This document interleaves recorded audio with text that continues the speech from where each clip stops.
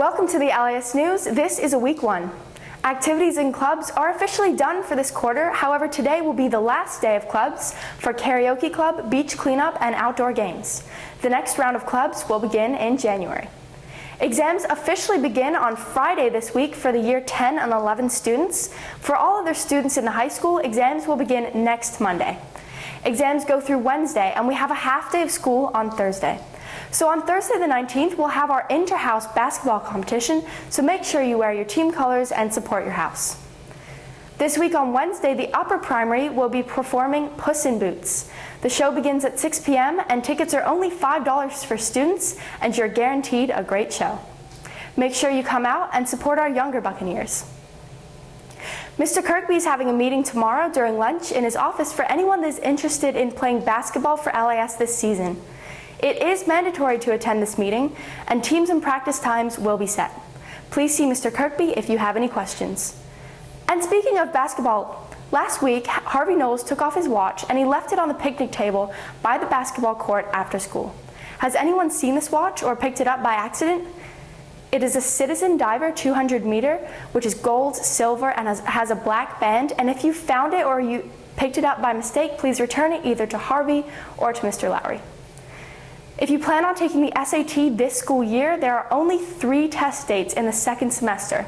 The deadline to register for January is December 27th, and you can actually do this online. If you miss the January exam, the SAT will not be offered again until May and June. If you have any questions, please see Ms. Doland. And finally, during lunch, many of you are borrowing sports equipment, but you're not putting it back away after you've finished. If you do not become more responsible with the equipment, it will not be loaned out during the break times. And now, here are your team point totals for this week.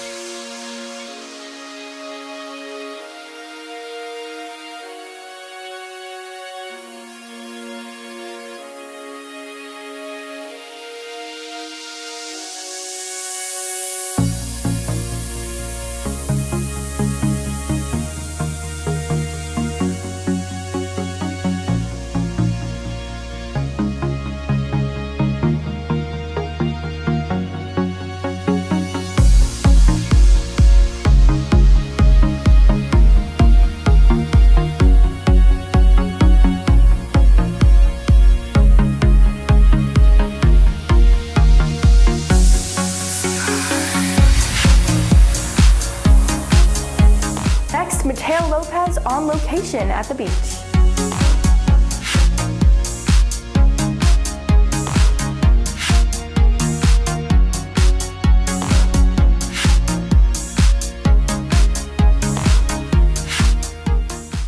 Today I'm doing an interview from last week's local news segment. I'm on location at the school where we just finished watching the rafts that we built on Monday. Nina, did the construction of the bottle boats that was planned? Yeah, I think so. The bottle boat city looked a lot better than I expected, and we also finished them in one assembly, which was really good. And even though the blue boat didn't float, it looked the best, so that was good. And Shepard, what were the results of the race? Okay, well, the results of the actual race, in third place was the blue boat, with gaining 3 team points. In second place was the green boat, which got 5 team points, which means the winner was the red boat, gaining 10 team points.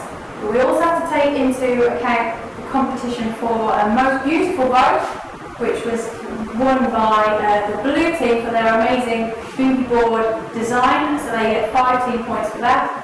And also the team that collected the most bottles overall, largely as a result of Rebecca Grimes' fantastic effort, were the green team, and they get 5 points for that.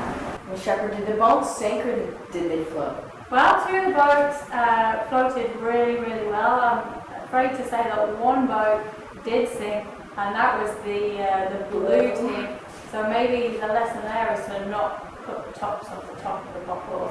Yeah. People watch some shows to see someone win a lot of money. These contestants have turned these shows into comedies. Let's take a look. Real or fictional? Name a famous Willie. Willie the Pooh? Name something you feel before you buy it. Excited. A vegetable you marinate. Grapes. Name something you might buy that could turn out to be phony. A horse. The dreaded phony horse gag. Name something people take with them to the beach. Turkey. The first thing you buy in a supermarket. Turkey. A food often stuffed. Turkey. Something you squeeze. Peanut butter. Name a yellow fruit. Orange.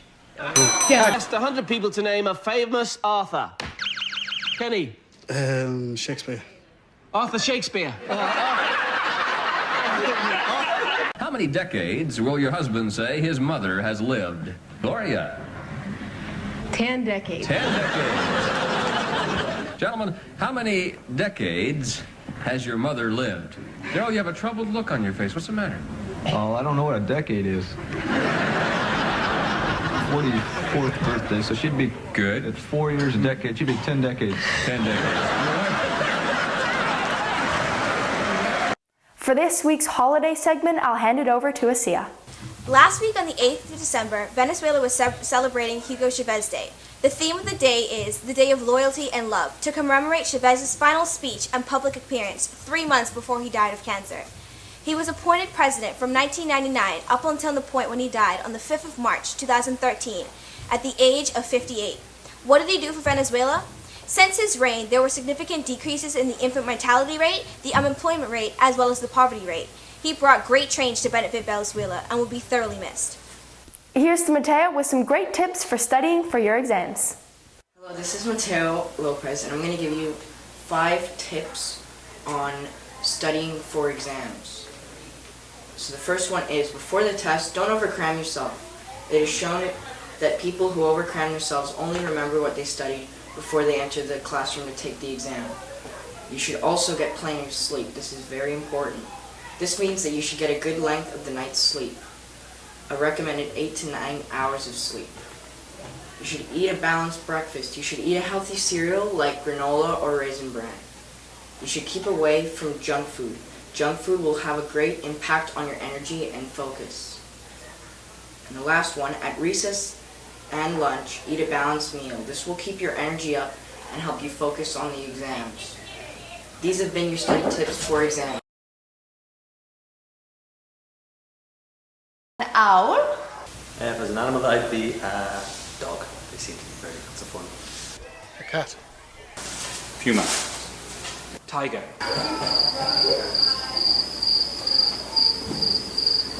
A lemur. I'll be a seagull.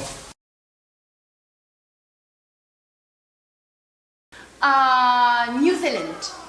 The sun. Bhutan. For a long time I've wanted to go to Bhutan to study weaving. I'll go to Iceland because it's a cool place. Mars. I want to see if there's Martians. Go there and back. If I could go anywhere in the universe, it would be to Fiji. Nice tropical island. Winter is springtime. Got the promise of summer. Summer. Probably autumn. Spring. Winter. The least favorite food would be mushrooms. They're evil. Pears. That's the apple type pear, not the avocado pear. Sprouts. Oh, that's a tough one. Let's see, because I like, let me see, what do I absolutely... Oh, I know, I don't like those snotty things. Okra. Because okra tastes like snot to me. Liver. Sprouts. Green beans.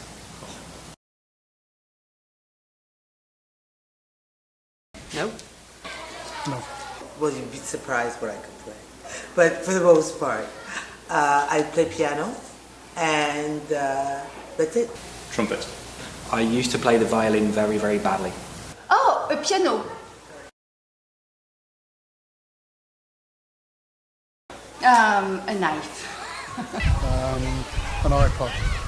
4. If I was stranded on an island, the one item I'd take would be an MP3 player.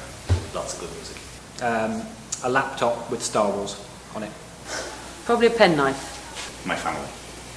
That's it for this week. Make sure to check your email for a special Team Point challenge.